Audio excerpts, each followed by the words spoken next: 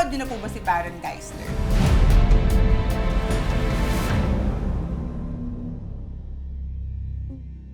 Oo naman. Nagkita na kami. Ay, wow! Years ago sa isang event ng showbiz.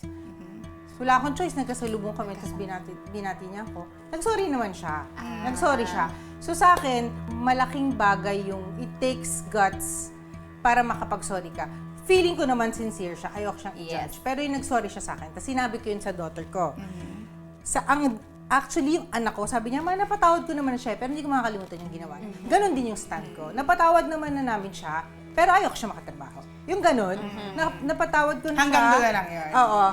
Pero if given the chance, kunyari may magandang project, sama ko siya, pwede ko naman siyang di kausapin sa set. Yes, Diba work direct lang, nangyayari? work is Work is work. Kakasabi ko lang kanina. Work is work. So, you don't have to be friends with him. Kasi sa work, di naman kailangan lahat friends mo. Kung work lang, ganun. So, si Lord, yun nagpapatawad, tayo pa kayang tao. Basta at least kami, nabawasan naman kami ng bigat sa dibdib. Forever. And happy spirit lang. Oo. Okay. Ako din, hindi ko.